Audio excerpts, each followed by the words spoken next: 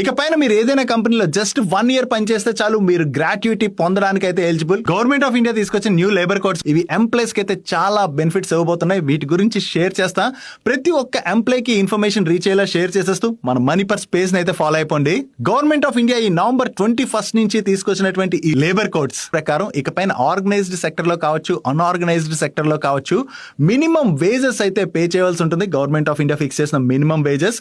దీంతో పాటుగా కొత్తగా ఎంప్లాయ్ హైర్ చేసుకునేటప్పుడు ప్రీవియస్ గా చాలా కంపెనీస్ అపాయింట్మెంట్ లెటర్స్ ఇచ్చేవి కాదు, కానీ ఇకపైన ప్రతి ఒక్క కంపెనీ కూడా అపాయింట్మెంట్ లెటర్ అయితే ఇవ్వాలి. అండ్ అంతే కాకుండా కంపెనీస్ ఎంప్లాయీస్ కి 7th కల్లా శాలరీ అయితే క్రెడిట్ చేయాలి. అలా శాలరీ కనుక క్రెడిట్ చేయకపోతే అటువంటి కంపెనీస్ పైన గవర్నమెంట్ అయితే యాక్షన్ తీసుకునేటువంటి అవకాశం ఉన్నది.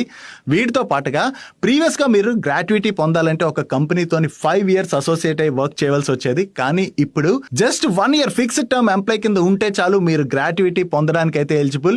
వీటితో పాటు ఎంప్లాయీస్ వీక్లీ మినిమం 48 hours అయితే వర్క్ చేయాలి. ఈ 48 hours దాటి ఎవరైతే వర్క్ చేస్తారో వాళ్ళకి కంపెనీస్ డబుల్ ద వేజెస్ అయితే, అంటే వాళ్ళకి ఇచ్చేటువంటి వేజ్ కన్నా కూడా డబుల్ వేజెస్ అయితే ఇవ్వాల్సి ఉంటుంది.